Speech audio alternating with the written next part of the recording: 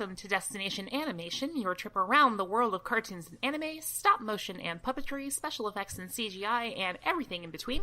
I am your host, Carrie Dreblow. And I'm Jason Knott. And I am Becca McGraw, and today we're talking about the Season 5 finale of Cartoon Network's Steven Universe, which was called Battle of the Heart and Mind. Woo. Never heard of it. What? What if all this time, we were all talking about Steven Universe, and then I admit I've never seen the show? Never once. That's a lie. I have seen you seen the show. That's right, you have.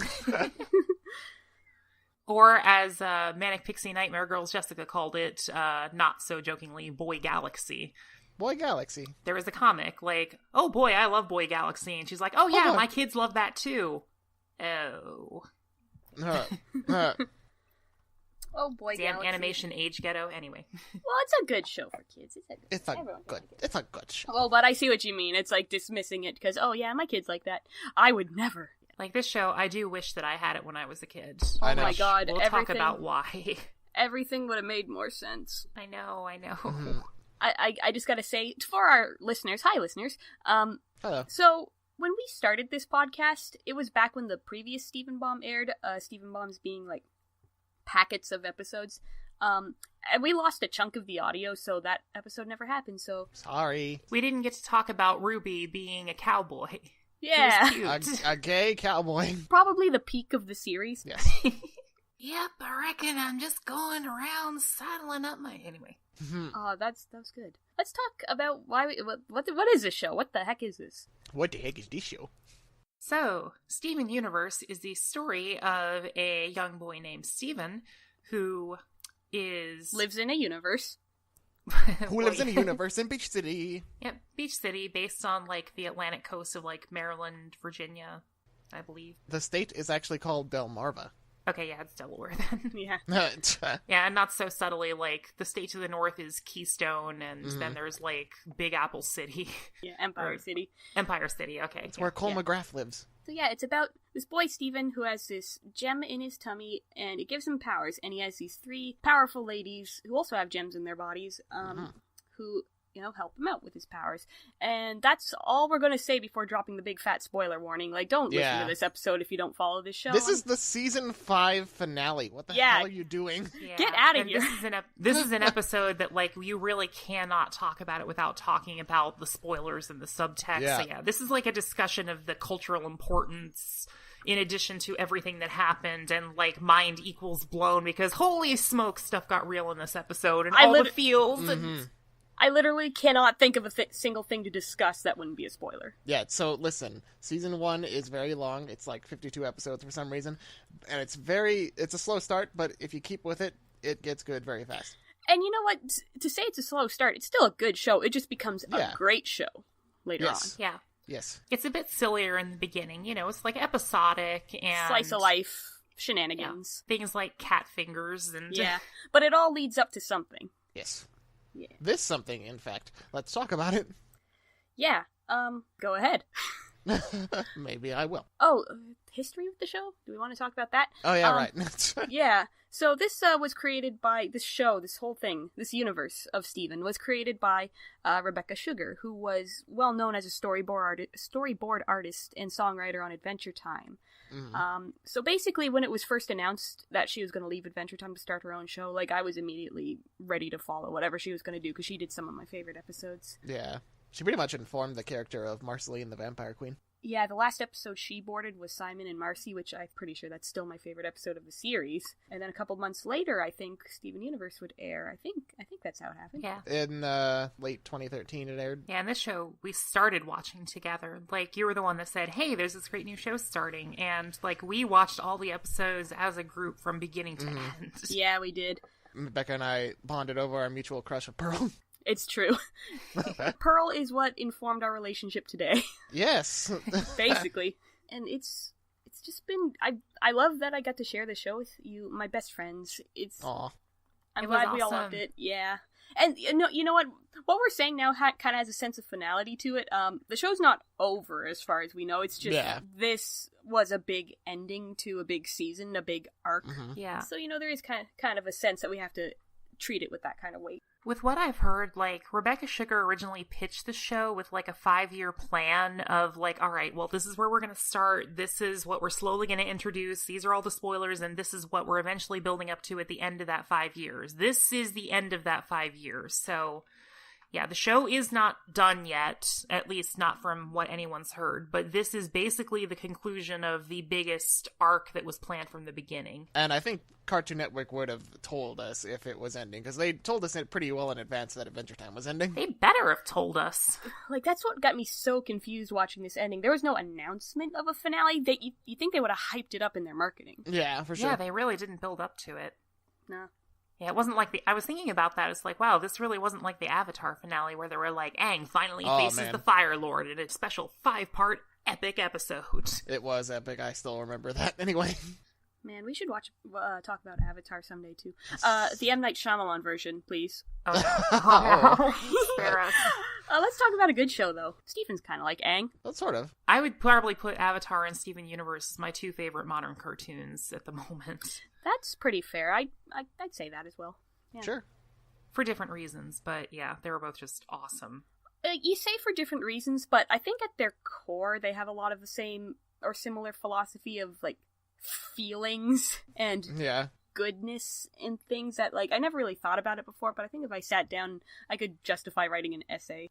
See, I guess I related to Avatar as just, like, a good, solid fantasy story, where I related to Steven Universe as, like, oh my god, this is the queer story that I wish I had my entire life. True, and Avatar isn't that, but, like, Avatar's got those philosophies of peace and, like, I don't remember it ever being terribly cynical for the sake of cynicism. In Steven Universe is never that. Never. No. Yeah. Now, I will say The Legend of Korra did end with a queer story, but, okay, like, this is something that I find interesting is, like, everybody made such a big deal about The Legend of Korra, having Korra and Asami, like, starting a relationship where, like, in this, and, you know, it's like, how dare they are, and in this one, it's just like, nope, all the gay. All of it. All of it! Steven Universe... How does it not have controversies, though? Like, I don't know what it is. Like, it's just so good-natured. It is so good-natured, but it's the sort of show that would, you know, piss people off, honestly, just because it's so nice. Yeah. Because everyone's gonna be angry. I don't know. I don't understand why, like, I really haven't seen any, like, conservative rage articles. Yeah, there's been infighting of the, you know, of fans of the show, which for speculation and whatnot, but I'm gonna veto that topic 100%. We're not talking about the fandom. No. Sure. Yeah, don't read the comments. Just to say, like, no huge, like, Fox News outrage of, like, oh, this show had gay lesbian cowboys. Is this show indoctrinating your children? Yeah. Probably. It's really unabashedly queer, but, like, nothing ever really, like, there's no stink raised about that, which is lovely. I love it. Yeah, I honestly don't get it, because, like, every single time it was even hinted at in anything else, it's like everyone made such a big deal about it. Like, oh, in Finding Dory, 2 women stood next to each other, and the studio had to confirm that it was a lesbian couple, and, oh, that got news articles. Steven Universe? Nah, that's just what it is. Yeah. Deal with it. Or Harry Potter. Oh, by the way, Dumbledore was gay this whole time. What? How dare you, J.K. Rowling? The rumor come out. Does Dumbledore is gay? Anyway, let's talk about this arc we have here, the Diamond Days. So yeah, again, spoilers. Deal with it. Yeah, we spent a good 10 minutes not talking about it. Now go away. Yep. So the first episode actually aired like in the summer, or it dropped on an app or something after Comic-Con. It was Legs from Here to Homeworld, which immediately follows up after the that one arc from before. What was the arc before with the whole guy? Heart of the Crystal Gems? Yeah, Heart of the Crystal Gems. So we're in the Diamond Days arc now. And so Legs from Here to Homeworld, where Yellow and Blue Diamond, they recognize now that Steven has Pink Diamond's gem. Yes. And so he's essentially Pink Diamond reborn. So they're finally willing to hear him out. Yes. Yep, and basically he's going back to Homeworld. Yeah. Oh, not before trying to cure Centipede. Oh, yes. Oh, just a note for the listeners, we're mostly going to be talking about, like, the final episode. We just want to kind of go back over the other episodes real quick, just for context. It was all building up to the final episode, but other things happened. They realize that they can't really heal any of the corrupted gems without White Diamond's help. Yeah, but first, let's talk about Nephrite real quick, because she's adorable. Yes. Centipedal, pretty cute. Little Centipedal, pretty cute. Half monster Centipedal, my darling, my wife. And fully healed Nephrite, still a cutie. Still a cutie, voiced by Hollyhock. Yeah, from BoJack Horseman, who probably has a human name. Well, yeah. Her name is Hollyhock now. Her name is... It is... Aparna Nancherla. Yes, I love her voice. So, sorry for probably, just messing up. But yeah, she's got a really cute voice. So yes, they realize that they need, all 4 of the diamonds to heal Nephrite because she can't really stay Nephrite for very long. She goes back to Centipedal. So they need a ship because Blue and Yellow Diamond's ships were destroyed in the struggle of the previous episodes. Luckily, they find Pink Diamond's ship. Legs. Them legs. Oh, and I love how they do it, too. The legs were just out there in the desert that we've seen in, all the way back in Season 1 when Steven first met Lion, I think. Something like that, yeah. Or when you found the video. Oh, yeah, when you found the video. Yeah, we've seen these things before. Yeah, that plot thread was always kind of odd with, Rose Quartz and her, desert band of lions. Yeah, that's fine. It is interesting with the legs, because, the other 2 diamond ships are arms, and so it's we eventually see, it's assemble Voltron, but yeah, neat side thing. Remember, Peridot's ship was a hand, too, so yeah, gems are all about that, I guess. All about them limbs. Yeah, so they take the ship up to Homeworld, where they encounter White Pearl. Listen, viewers, listen to me very carefully. Pearl is my favorite character ever, not just in this show. I love all iterations of Pearl. This, creepy, corrupted Pearl with a different voice and no expression.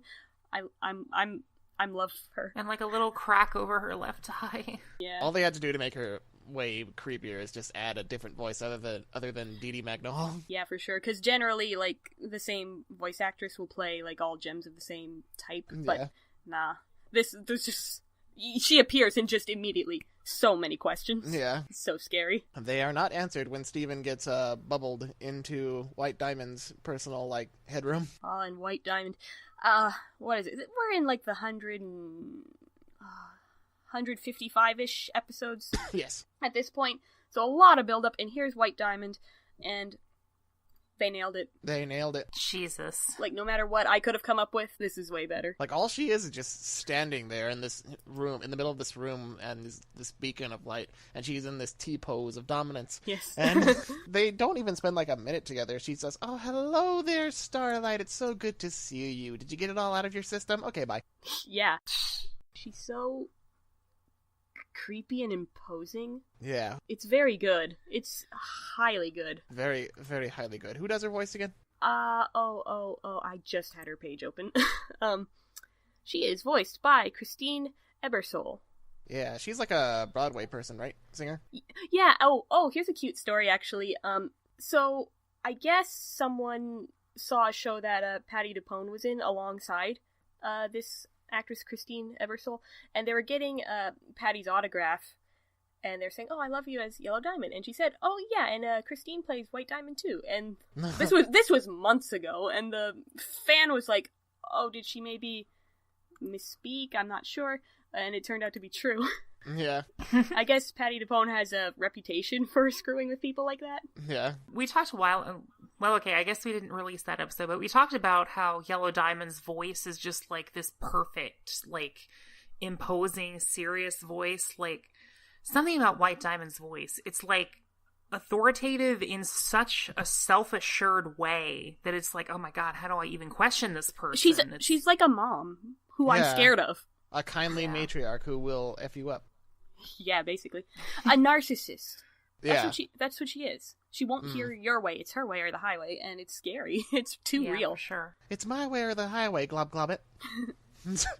So yeah, this leads to Steven, or Pink as they all call him, because they acknowledge him as Pink Diamond now, but they think he actually is Pink Diamond in a, other form.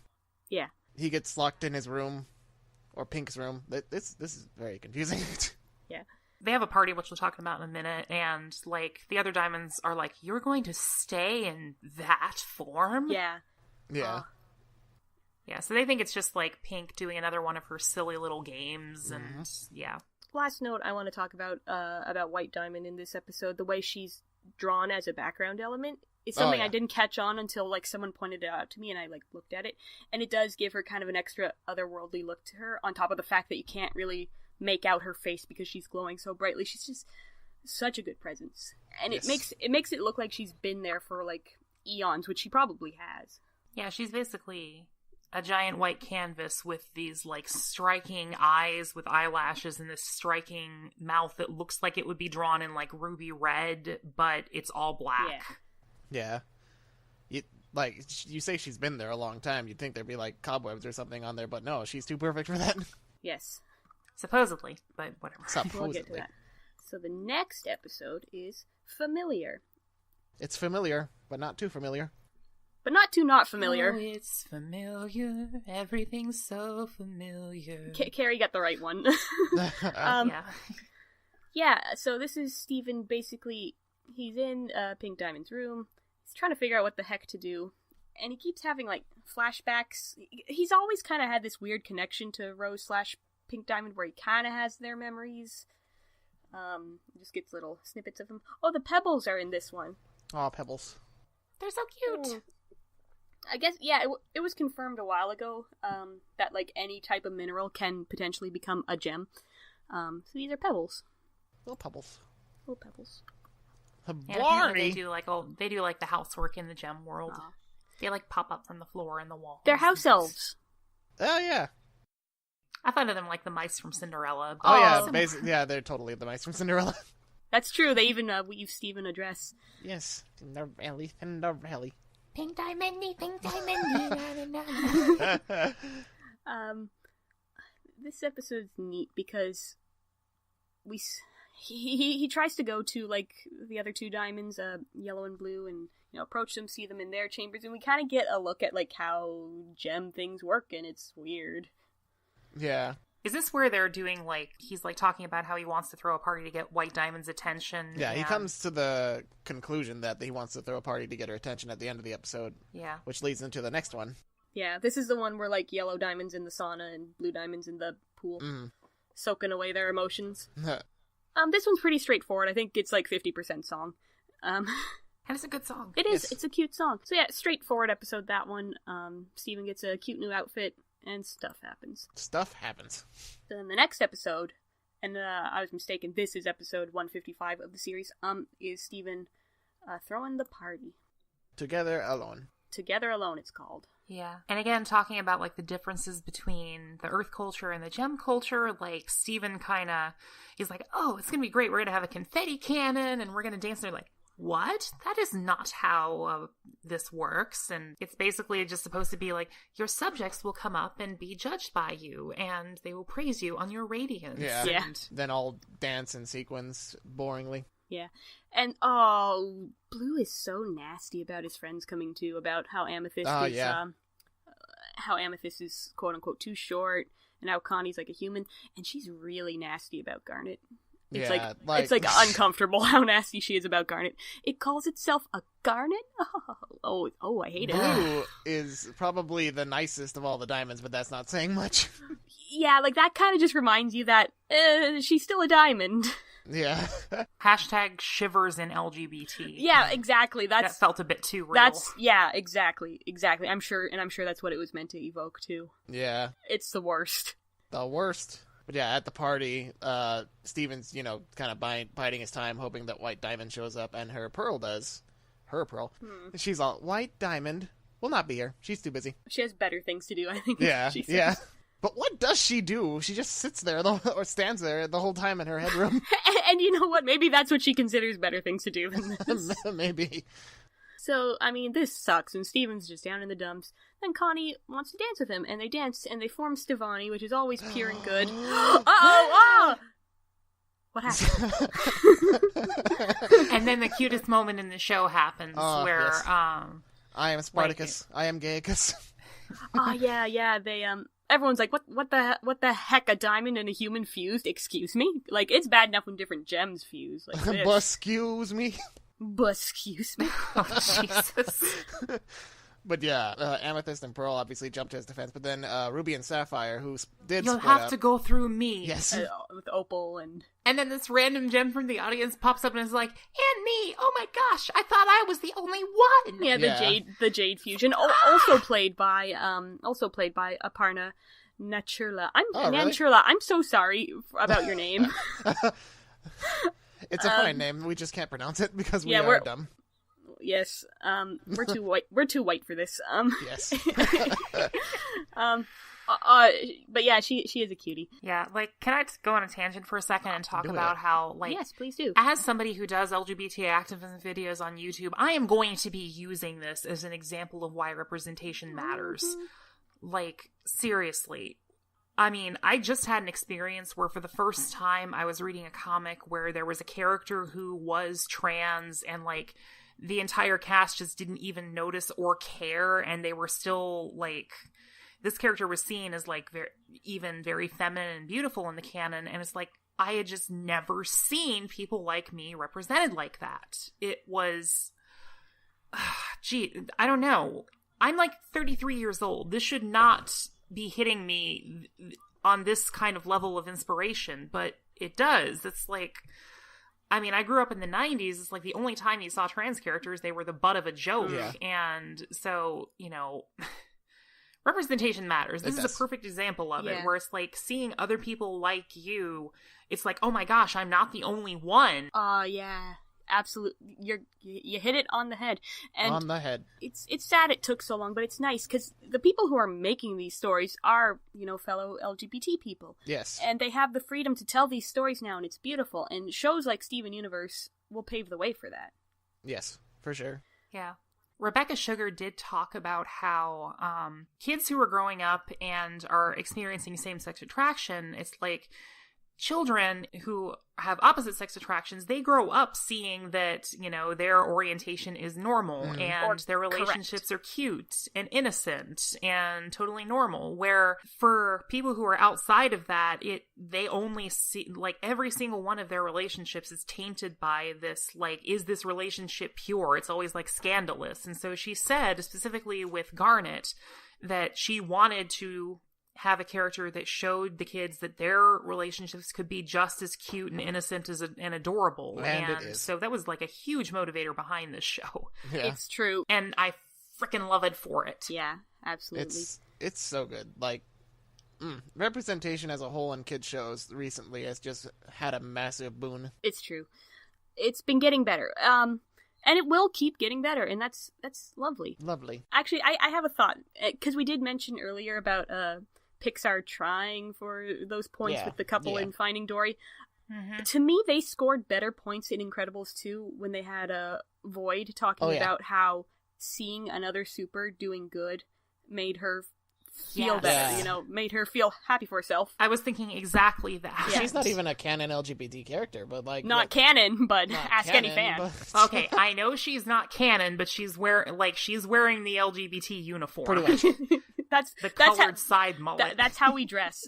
No, it's actually a very popular fan in that she is trans. And yes, I buy it. But yeah, I like do too. just even the symbolism behind that is like you wouldn't see that in Incredibles 1 10 or so years ago. Yeah. And that is the thing that, like, I liked specifically about Incredibles 2 is that it had that subplot of, hey, these are these other superheroes who are affected by this superhero ban, and, like, this is how seeing superheroes finally seen in a positive light again, impacts their life for the better. Yeah. And a plot like that, to me, means so much more than two background women who hold hands. Yeah, for sure. Yeah. Yeah. It's like, hey, this thing that passed by in, like, half a second... You're welcome, gays. Yeah, exactly. I'm looking at you, LeFou. Anyway. And you know what? And a few years ago, maybe we would have been starving for that kind of representation, but we have shows like Steven Universe now. We don't have to settle for that. Now. Yep, Steven Universe is here. Everyone else has to do better now. Exactly. Step it up. We don't have to settle for hinting at it when something on Cartoon Network is so overt about it. I don't want hints anymore, Hollywood, you major studios. Hollywood. Study this show and do it right. Yes. I feel like I need the finger snap after that. Mm-hmm. Get them. But yeah, after their arrogance, Steven and Connie are locked up in a, what is it, like a little cell that Pink was pretty much locked in all the time. Oh, I just want to note as well that creepy. all the other gems get like poofed. Oh yeah, but poofed. It's so unsettling that they get locked in here. It's like throwing a kid in the closet. It's very abusive. Oh, I hate it. Oh, Yeah. oh no. Yeah, did you not even think of that? I hadn't even thought of that because I didn't grow up. Like I'm straight, so Yeah. I don't have the like real world parables to think about that, and yet it wouldn't necessarily be an LGBT thing. It's just a kind of an abusive family thing, which abusive families in general. It was just really uncomfortable. Like I caught that right away. Yeah. Like, ugh. Yeah. Which fortunately I didn't have, and I'm sure that neither of you had. No, but still, nothing like that. No, but thankfully. No. I could see that being a little heavy for someone who's been through such a thing, though. But yeah. This is down in the dumps. Let's go to the next episode, Escapism. Escape! Watermelon Steven. Yay! Yeah. Oh, well, people were upset at this quote-unquote filler episode. Right, like the penultimate filler episode. Yeah. It's not a filler episode. It's not, because Steven, he has this power to, like, project himself astrally through, like, long periods of space, so he uses that to go back to Earth. He's trying to get help from, like, Bismuth or his dad, but Yeah. he ends up landing in one of his watermelons. What season even was that Watermelon Steven happened? I think, like, all the way back in maybe season 2 or 1? Watermelon Steven. Yeah, that's what I was thinking was 2. 34th episode of the 4th season. Never mind. Yeah. Man, it makes me want to rewatch the show from the beginning. Yeah, and time is so warped because they freaking release these episodes, like, months apart from each other. Yeah. Yeah, it does all kind of blend together. Like, it's not like they have a set season beginning and end. It's just kind of like they drop it in chunks. Yeah. It's ridiculous to me that we saw the character Emerald, like, a year ago. Yeah. While that was only, like, 12 episodes ago.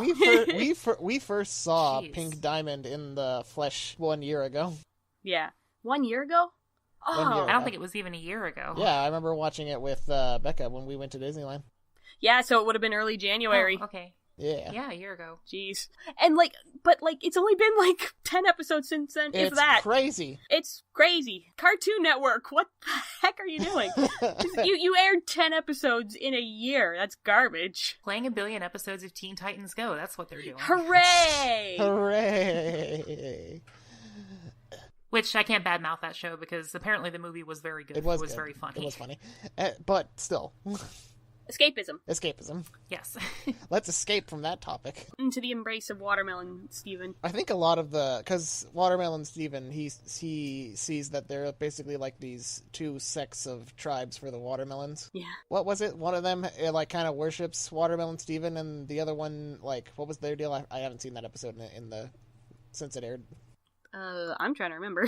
This is just kind of a cute episode where stuff happens. Yeah, I feel like it kind of ties into the whole like diamond struggle too, though. Oh, Like that's it fair. wasn't just there for laughs and giggles. Oh, yeah, they worship the Steven by T-posing too. You're totally right. Yeah. See. Okay, I guess I didn't catch that. I didn't catch that till I was looking at screenshots right now. Yeah, there's the one sect that like draws the yellow star on their chest and they worship the Steven. And then there's the other sect that they seem to worship Steven's violent side.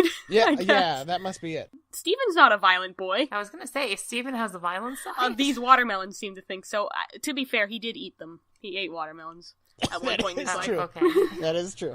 And I love like the one watermelon with like the massive spear, and he's like threatening the other one who's just T-posing at him aggressively.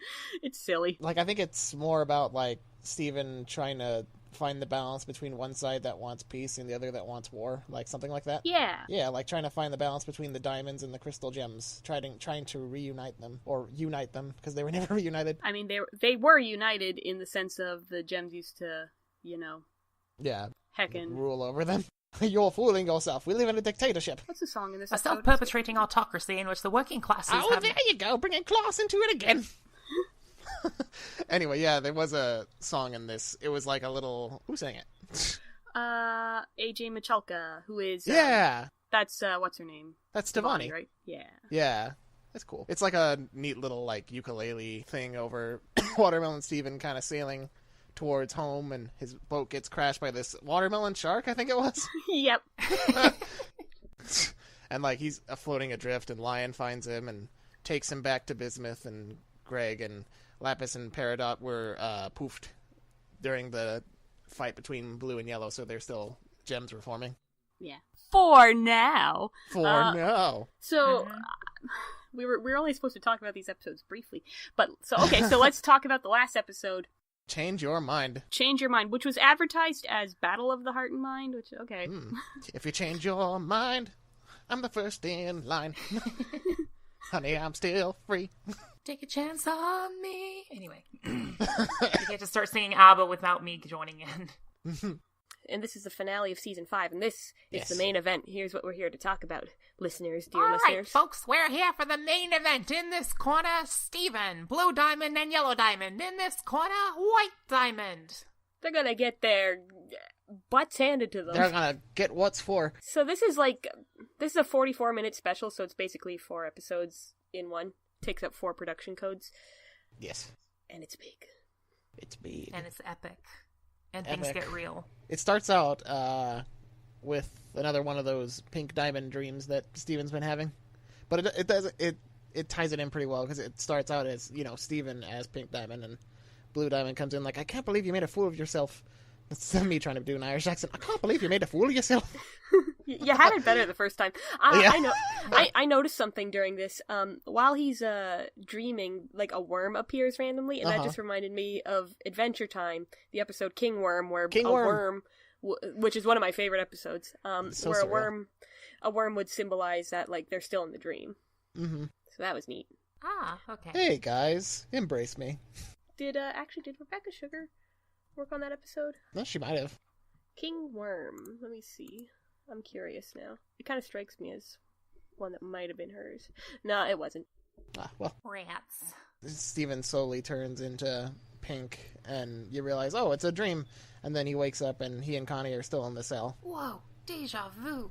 Yeah.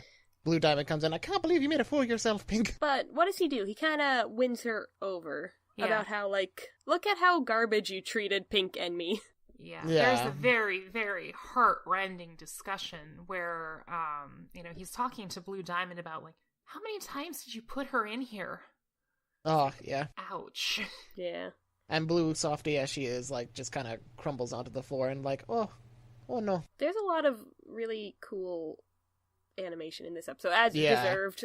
Especially one shot we'll talk about much later, but, just a lot of good little moments. Like, everything looks very crisp and good in this special. There's a couple, like, close-ups to, well, close-up, not that, but, like, mid-shots of Blue Diamond where her face is really detailed and she's all sad, talking to Steven and actually acknowledging him as Steven finally. Yeah, aw. Yeah, that was... I have in the list, she prefers to be called Steven. Oh, finally / cries in trans. He finally drops the dead name, Like, they still don't get it, but they're trying to, and that's trying. Nice. That counts for something, too. I say they.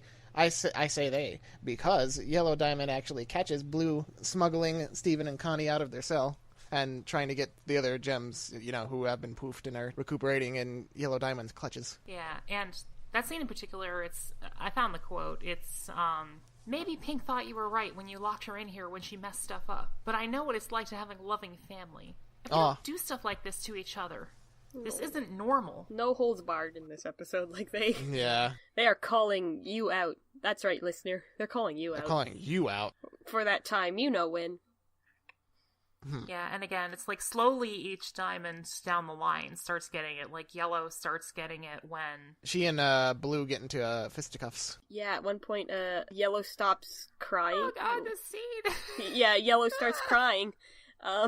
And she's like... Stop it, Blue! Yes, don't use your power on me. But she's not. I'm not. Dear. She has the feelings. All the feels. Yeah. All the feelings. So yeah, eventually they both are won over to Steven's side, and they try and smuggle him and Connie and the other gems out on one of... was it one of... No, not one of their ships. On Pink's ship, because... That's the only ship left. Yeah, that's the only ship left, and... They get to it, but then White Diamond's Pearl shows up and says, "You're not going anywhere." And that's when White Diamond's part of the ship, the head and torso... The T-Rex part of the Megazord. Yes.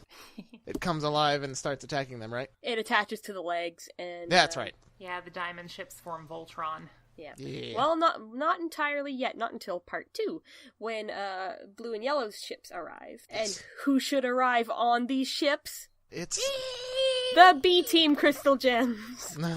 B Team led by Bismuth. Bismuth. With a B. And finally, yay, Peridot and Lapis with new outfits. Yes. And they're both very incredible. I'm going to talk about Lapis first with her sweatpants, and it's such a mood, and her sandals. Inspired by her best friend Steven. And yes. Then there's Peridot. Who just went full anime, like, hero. With the Gurren Lagann glasses or whatever. Yeah. It's very excellent. She has a star on her shirt now, which is nice. Yes, and her, like, knees are stars. Like amethyst pants, actually. And she's surfing around on a trash can lid with her magnet powers. It's nice. It's fantastic. It's great. But in the scuffle, the gems, the OG crystal gems are knocked out of Yellow Diamond's hands, or I haven't actually seen the episode since I saw it. This was like yesterday, Jason. I know, but a lot Remembering happened. Things is hard. A lot happened, all right, and and like my grandma is in town, and I haven't had time to blame it on your grandmother. I'm not. Yeah, to be fair, a lot of things happened in this episode. It's like everything happening. So. Oh, what it is White Diamond bazaps the diamonds, right? Not yet. Not yet? No, this is when it happens. Oh, yeah, it is. My bad. I shouldn't talk. I just said I forgot. I'm reading the synopsis on the fan wiki, so get on my level. They, what happens? They turn black and white, and it's so freaking creepy. Yeah, they T-pose. And the mech ends up with, like, the arms, the blue and yellow ships, and now it's a full mech, and oh no, the crystal gems in their gem forms, they're falling, and Steven's gotta catch them, but they're not reforming. Why aren't they reforming? It's terrible. And he starts pleading with him, and he starts with the amethyst, and he's grabbing her gem, he's like, please come out! To become Smoky Quartz again. Yeah, Smoky! And she's got, like, a slightly different, or they've got a slightly different new outfit now. Yeah, because, like, once they defuse and amethyst reform, she's got a cool new outfit, too. A boob window. It's a gem window. Get out of the gutter. So Steven's able to help Amethyst reform by fusing, and then, like, they push Steven out of the fusion towards Pearl's gem, and my life becomes complete. It's Mary Poppins, y'all. Stop right there. It's Taco from TV, and I will fight you. It's a bit of both. They form Rainbow Quartz 2.0, interestingly, like, the first gem besides Steven to be played by a masculine person. Yeah. Yeah. I think even the crew uses masculine pronouns with him. I think all fusions with Steven are they, but I'm not sure. I'm just gonna go with they to be safe. Yeah. But Rainbow Quartz 2.0 is excellent. They are the love of my life, and I adore them. Colorful character with an umbrella that zooms around with the umbrella and leaves a rainbow trail. They do look great. Really fun design. Yes. They're on screen for all of 20 seconds, but I'm gonna marry them. I don't care. Fan service. Just totally won over by this one. Yeah, they defuse, and Pearl has a great new 80s lesbian jacket looking. Hell yeah, after her girlfriend. Shoulder pads. Yeah. No. After her girlfriend, a mystery girl. Yeah. So then, finally, they get to the bottom, and, like, because they were falling, so they reach the bottom, and, Steven gets Ruby and Sapphire's gems, and they're about to fuse when the mech stomps on them. When the Monty Python foot stomps on them. Yeah. Not much happened in that episode, except that everything happened in that episode. Yeah. Whatever. Fan service. Yay! We got to see a ton of new fusions all back to back to back to back to back, and it was awesome, and I was fangirling like crazy, and it's the best! We're about to see some more! Immediately in the next episode, or next part, the foot, like, you think it stomped on them and squashed them like bugs, but oh no, something under it is moving the foot upwards, and it's Sunstone, right? It's Sunstone. Sunstone. Oh, Sunstone. I love you, Sunstone. It's so silly. Who plays great. Sunstone? I don't even know. Shaniqua Shandai. Goofy 90s superhero here.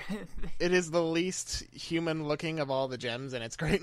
Yeah, like, their whole head is just like fire, Yeah. and they're just giving PSAs the entire time. Yeah. Let's take down this bully. And remember, kids, if you ever face a bully, talk to an adult. I love Peridot, too. She's like, unbelievable. Oh, you better believe it. Okay.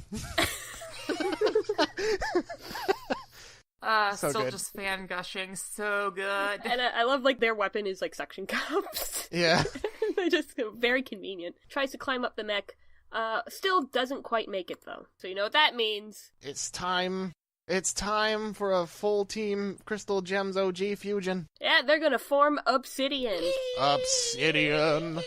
And I'm pretty sure most people thought, you know, because of the color scheme of Rose and, like, all the gems when they fused, that it would be, like, this bright and colorful, like, fusion and such, but not so. Not so. Not so.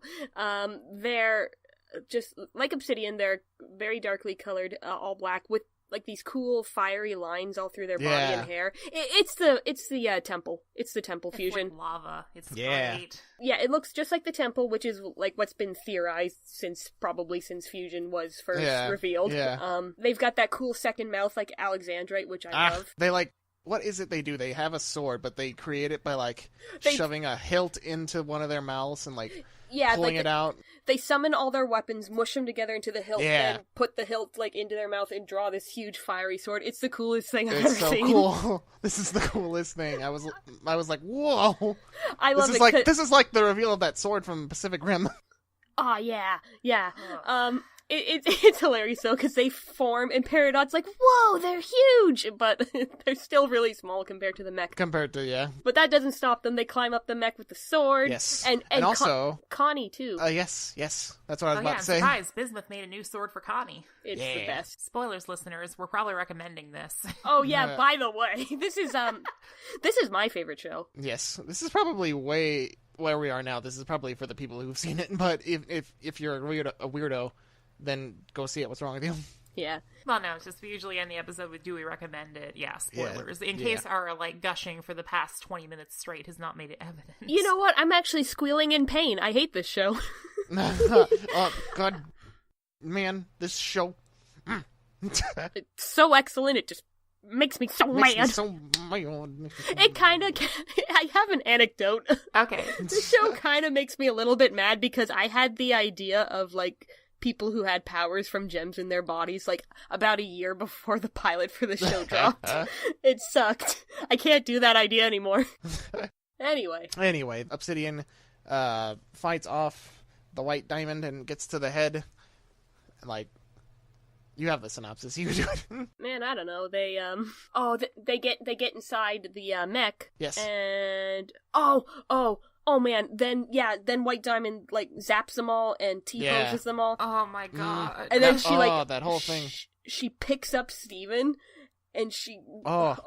This is, like, one of the most gut-wrenching scenes. I was, like, screaming during the whole time, like, she is convinced that Steven is just another form that Pink Diamond has chosen to take on or inhabit, and she reasons that if she removes the gem part of Steven from, Steven, then Pink will come out again. Yeah. Throughout the show, you've always had this kind of, like, fear, like, oh, if Steven gets poofed, will Rose come back, or something like that? Or will he die? Or, like, what? Yeah. And then, like, this episode, it ends with, like, the silhouette of her fingernails coming out and just pulling the gem out real smooth. Straight out. Oh, I was, my... like, slack-jawed. I was... I was in a chat room with some friends, like, while we watched this episode, and I think everyone was just screaming at this point. I know. Oh my god. Can we quickly talk about the conversation that he has with White Diamond? Yes, please. There are a lot of I have the feeling this is a lot of, like, Rebecca Sugar's, quote, big feels, where, like, there's this back and forth about how, look at you, how you surround yourself with inferior life forms you enable their terrible behavior so that you can be the best of the worst. Like, she labels Pearl as obsessive and Garnet as... dependent, I think. Dependent, and Amethyst as... insecure? Yeah, insecure.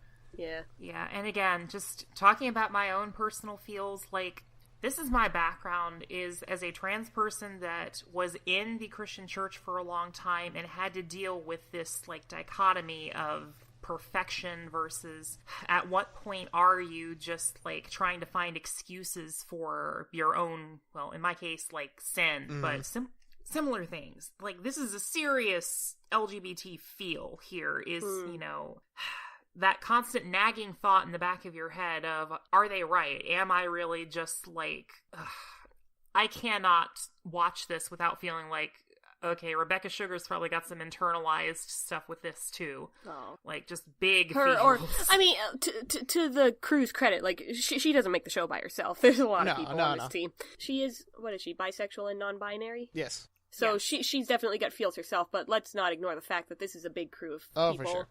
A team of multicultural and multi-binary or non-binary. Yeah. And... yeah. I do apologize. I am shorthanding it. Yeah. Well, that's easy to do. Well, the entire crew's fusion is Rebecca Sugar, so... Basically.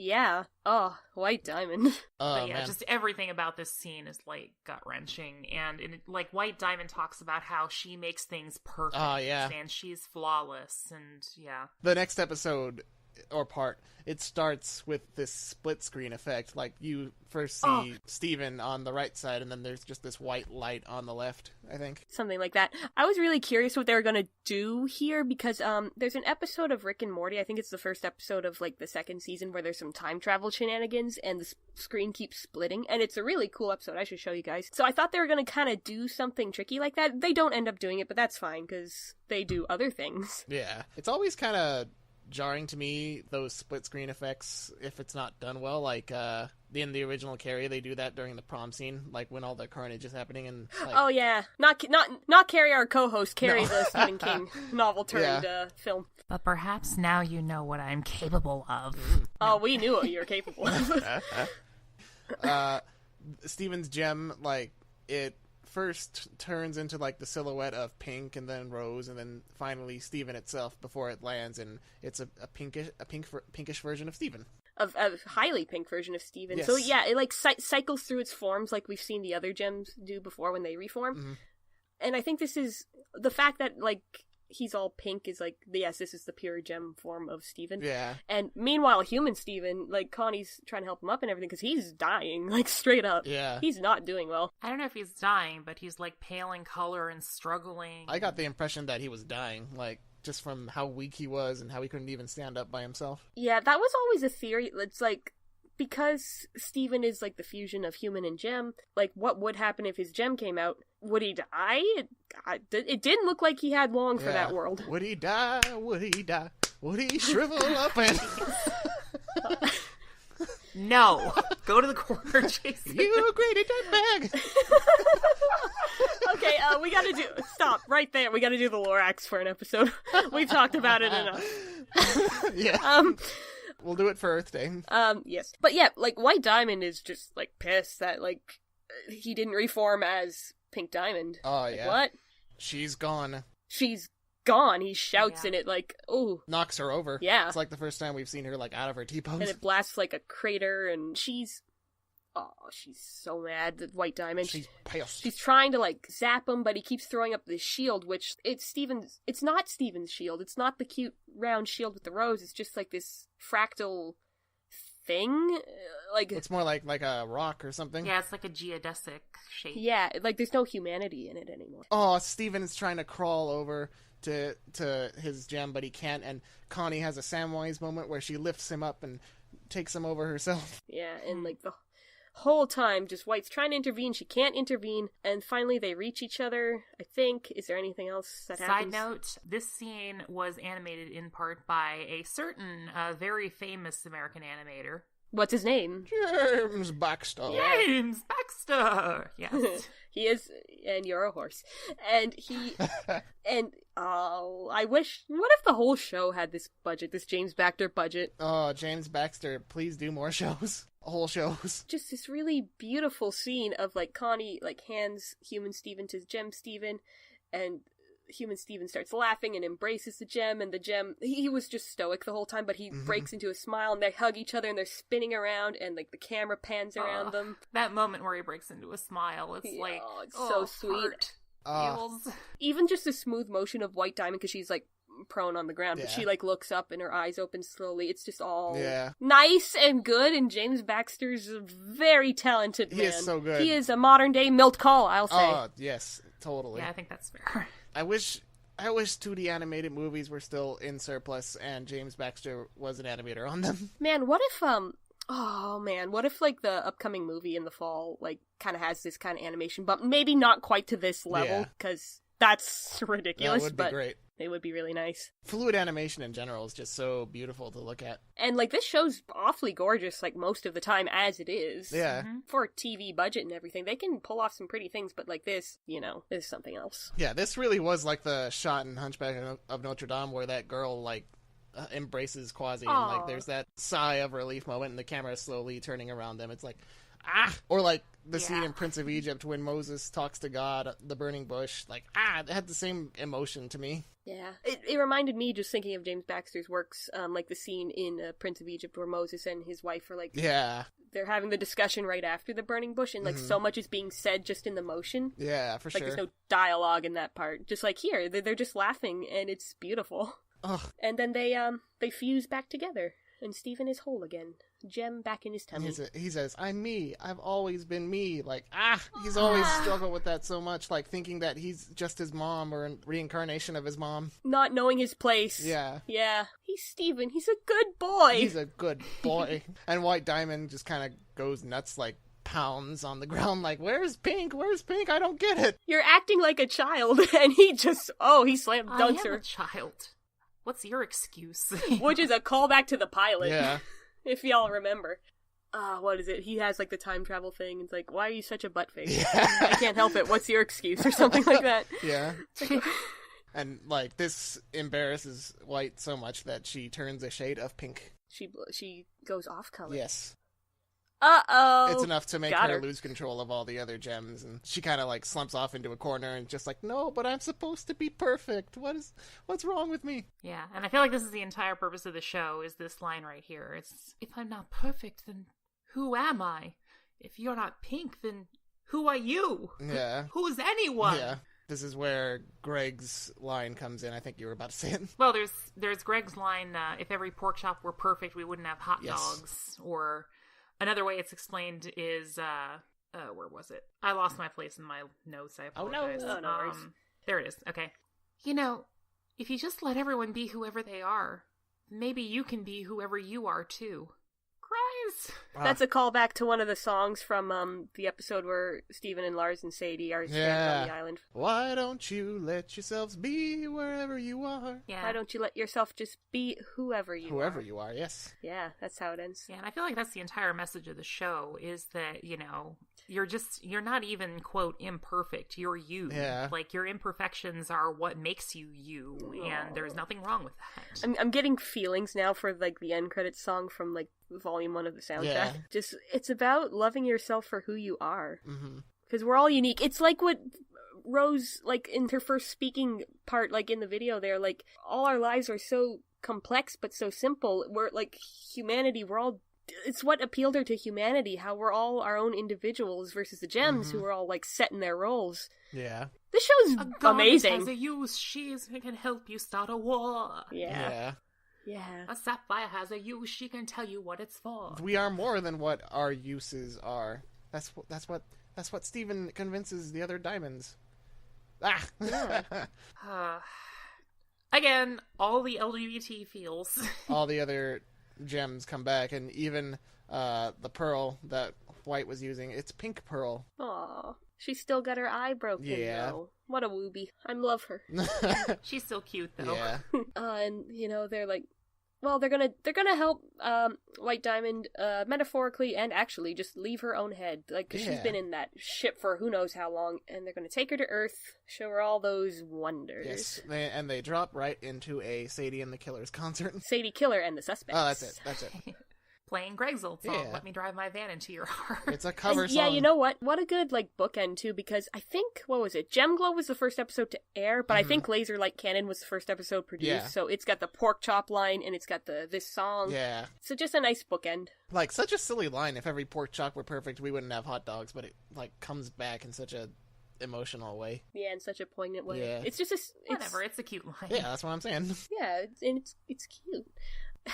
And the off-colors who land on Earth at the same time. Yeah. Finally, no more diamonds, and all the diamonds are right Just there. Well, we're shattered. Oh, I love Rhodonite. Yeah. I love every character in this show except Ronaldo. And then, like, Steven convinces them, no, it's okay. And then what's her name? Pat Paracha. Pat Paracha. Pat Paracha's like, oh no, the diamonds! god, she's so precious. Yeah. They're all good. They're all good, and it ends on a nice song. We are the Crystal Gems. They're all good and sweet and perfect, and they're cute, and I love them. Rutile and Fluorite don't get any lines, but that's okay. Oh, and Lars and Sadie, like, meet each other again, and they've both, like, found themselves. Aww. Lars as a space pirate, Sadie as a singer. Aw. And Lars meets Lion for the first time, and they have, like, a little moment. Yeah. Yeah. And then we get a cute scene where they're at the pool, and all the corrupted gems. It's they're all healed. Okay. They're all healed. And, like, yeah. Every little corrupted monster that we've seen, like the pufferfish or the glass one. The heaven and earth beetles. Centipedal. Yeah, Jasper. Or Nephrite. Hooray. Jasper, who's got, like, cool horns now. Yeah. Because of that corruption. A couple other Jasper types. Oh, like, you see Biggs get healed and, like, Bismuth's just hugging her. And yeah. There's a moment when Jasper reforms and sees Steven, and she goes to attack, but then, like, stops and sees Yellow Diamond kind of, like, eyeing her. The show ends with them all sitting on the beach, playing the ukulele. I don't need you to respect me, I respect me. Aw, the OG gems sitting with Steven. Yeah. But if you change your mind... Oh. Yeah, and they all sit just like at the, in the credits. Yeah. Which gives it all, like, a real sense of finality. Yeah, but there are places they could still go with it. Like, if they could explore how... Well, hang on, I'm going to stop you right there. Let's just, like, wrap up this, and then we'll talk about where the show could go from here. So, like, let's treat this as, like, Season 1 to Season 5 was Rebecca Sugar's original concept, and what do you think? It is great. Incredible. Borderline perfect. My god. Yeah. Like, I feel like this is a cultural touchstone, in my opinion. Yeah. You could make the argument that, like, the stuff with White Diamond is kind of there and gone pretty fast, but I mean, why linger on that, honestly? Like, once you're on Homeworld, that's our climax. It's, like, pretty much the culmination of everything that Steven has tried to do, and the gems, too. So, like, it doesn't have to be, like, extended to, you know, multiple seasons after this. It is the climax, like you said. Yeah, there were previous climaxes that I felt were over a bit too fast, like specifically the cluster where they go down and it's healed like that after like 15 episodes of building up to it, where this one, it felt perfect to me. Yeah. And maybe that's also because we actually had time. They were actually aired like a week apart or 2 weeks apart in between this and Escapism. Well, I mean, I watched the entire thing in one sitting, and too. It still felt perfect. Yeah. It was nice to have episodes week to week. It was. It's been so long. Listeners, this show used to have a regular schedule, like, in the beginning. It did. I remember. Yeah, there's a good chunk of the fan base that didn't actually start watching this show till the first Steven bomb. I remember the original 2 seasons. Pepperidge Farm remembers. I was there the day the courage of normal time slots ended. I was there, Gandalf. I was there 3,000 years ago.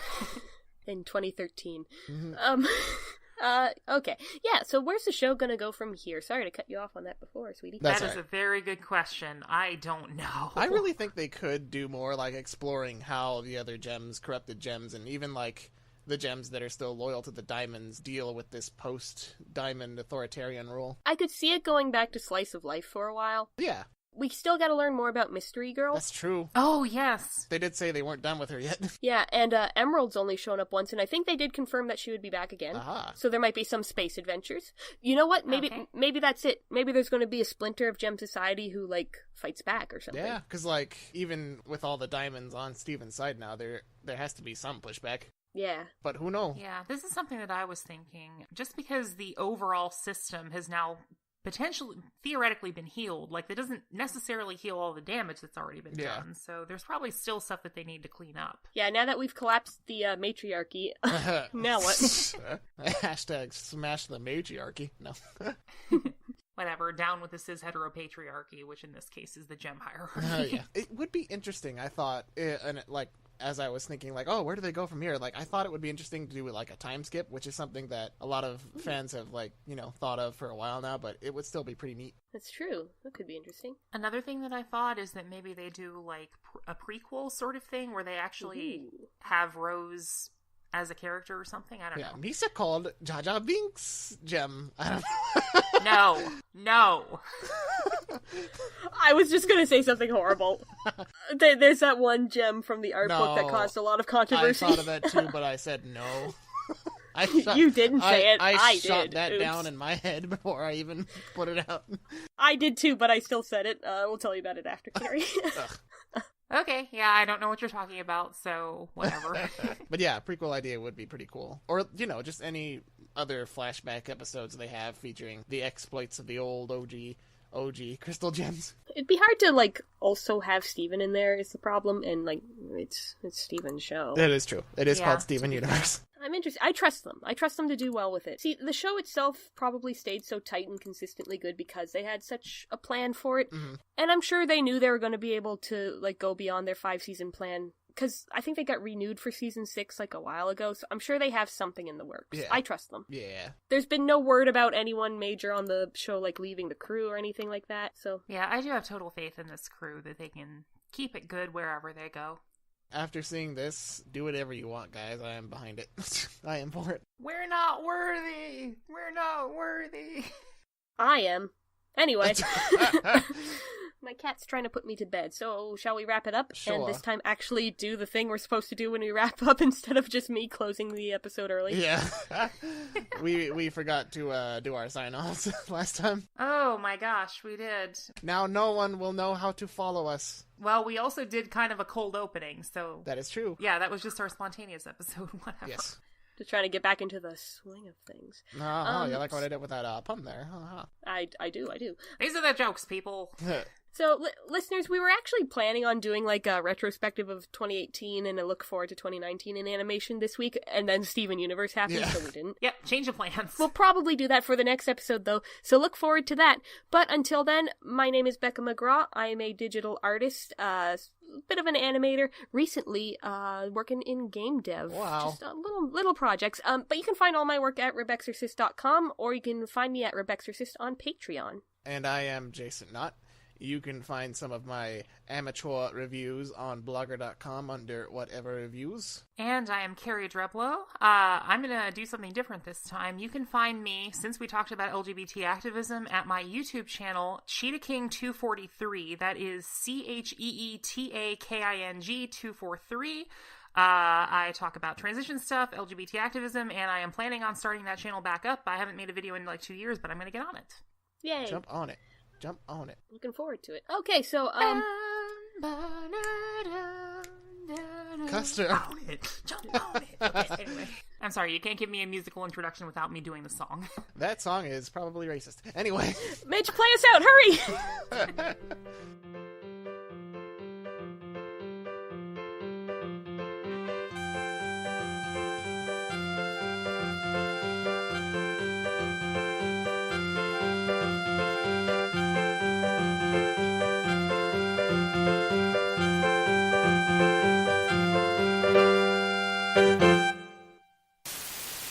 I apologize for missing your wonderful rendition of The Dog Days Are Over. The dog days. Okay. There, now we got our solid gold. Alright, well, if you do want to edit Jason's opening... That was Jason? I never would have guessed. Jason will not stop until our entire podcast is just beep, beep, beep, beep, beep, beep, beep, beep, beep, beep. Just an hour-long beep would be great, and then at the end, it's like tacos. It's like the episode of Yu-Gi-Oh! The Bridge series. Yu-Gi-Oh! And further... Yeah. like the Elder swear from Potter Puppet Pals. Here That it is. too. Your mother is up! Boy, it isn't. Soup! I haven't thought of Potter Puppet Pal since last week. Alright, let me do some kitty removal, even though Gigi is soft and cuddly. Gigi, come home! Sorry, Gigi. I've done 4 or 5 kitty removals already. Yes. White diamond is my birthstone. Anyway. Ah, nice. Jason, yours is aquamarine, and Carrie, what's Nice. yours? Opal. Wow. Nice. We're all characters in the show. High five. High five. I think every birthstone is in the show now, actually. I'm going on a tangent. You guys... Who's Opal in the show again? Pearl and Amethyst fusion. Oh, okay. Amy Perfect. Man. Anyway. Guys, I'm wearing my Steven Universe shirt. I didn't even Nice. realize I was just wearing it. Nice. I just show it to you after Carrie. It's cute. Anyway. Anyway. If I could begin to be half of what you think of me. I could do about anything. I could even learn how to love.